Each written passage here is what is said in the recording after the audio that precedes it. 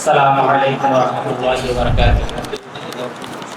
আলহামদুলিল্লাহ, আল্লাহ পাকের দরবারে লাখ কোটি শুকরিয়া জ্ঞাপন করি যে আল্লাহ পাক রব্বুল আলামিন আমাদেরকে দারুল কোরআন ইন্টারন্যাশনাল মাদ্রাসার আজকের আয়োজনে উপস্থিত করার তৌফিক দান করেছেন, এই জন্য বলে আলহামদুলিল্লাহ।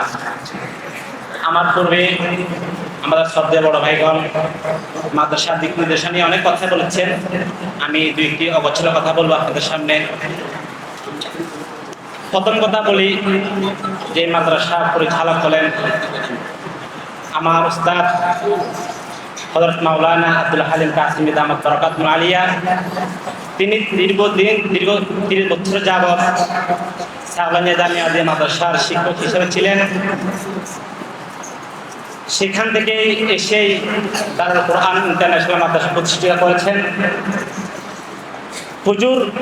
হুজুরকে আমি যেমন পেয়েছি, দুইটি স্মৃতি স্মরণ করব। আমি সাগলানিয়া জামিয়া আজিয়া মাদ্রাসায় দীর্ঘ 10 বছর পড়ালেখা করেছিলাম।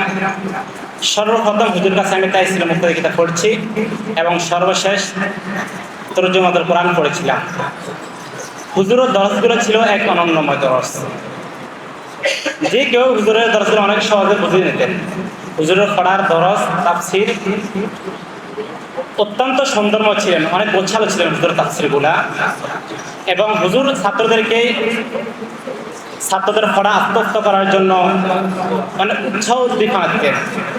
প্রায় সময় হুজুর আমাদেরকে বলতেন, দেখো তোমরা যারা আলিফের মাদ্রাসাকে শুনতে পারবে তোমাদের জন্য বিশেষ আকর্ষণ পুরস্কার আছে। হুজুর আমাদেরকে টাকা দিতেন।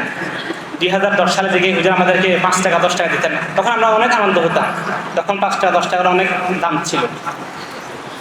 হুজুর এইভাবেই আমাদেরকে সুন্দরভাবে পড়াইতেন। এক কথা বলতে গেলে হুজুর ছাত্র গড়ার কারিগর। হযরত মাওলানা আব্দুল হালিম কাসিমি ছাত্র গড়ার কারিগর হলেন হুজুর।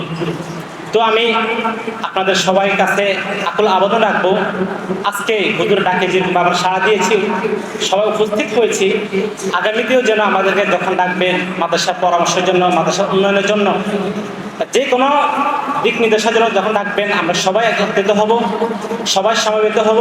আর পাশাপাশি আমরা মাদ্রাসার প্রতি খেয়াল রাখবো, আর্থিক হোক বা পরামর্শের মাধ্যমে হোক, সবাই আমরা এখানে পরামর্শ দিব।